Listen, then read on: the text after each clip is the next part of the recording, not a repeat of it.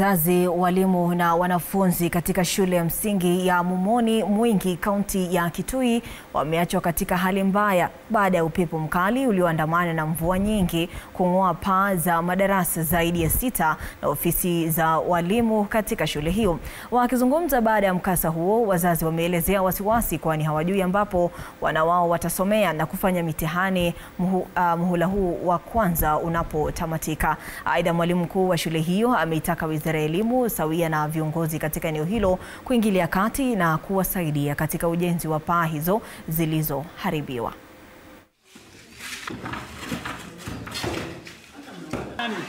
Tumepata hasara kubwa. Tunauliza tu wakubwa wetu kwa sababu tuko na wakubwa, tuko na MCA, tuko na MP, tuko na gavana na tuko na wengine wengi wale ambao wanaweza kutusaidia. Kwa sababu hawa wazazi hawana uwezo na mtihani inaendelea, masomo inaendelea. Sasa tunauliza tu vile tunaweza kupata usaidizi, tuweze kujenga madarasa tena, watoto waweze kusoma vizuri. Tuko na idadi ya watoto 210 210 wanafunzi. Kwa hivyo nashukuru wale tu watasikia, wataona huruma, waweze kutusaidia tuweze kurudisha madarasa pamoja na ofisi tuweze kuendelea na kusoma. Nashukuru. Na tunaendelea tu kutafuta pesa ya watoto wa kule nyumbani.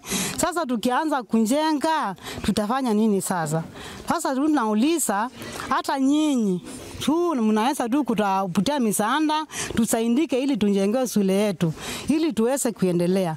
Sasa hatunjui tufanye nini, watoto wafanye mitihani kuanza kesho kwa sababu kumua kwa karibu. Wazazi wangu hawawezi. Na saa hizi ni wakati wa mitihani. Hata sijui watoto wangu au watoto wanafanyia mitihani wapi. Kwa hivyo nauliza tu kwa wale ambao wako na roho safi ambao wanaweza kusaidia, wakisikia hii watusaidie. Na kutoka Kitui sasa tuelekee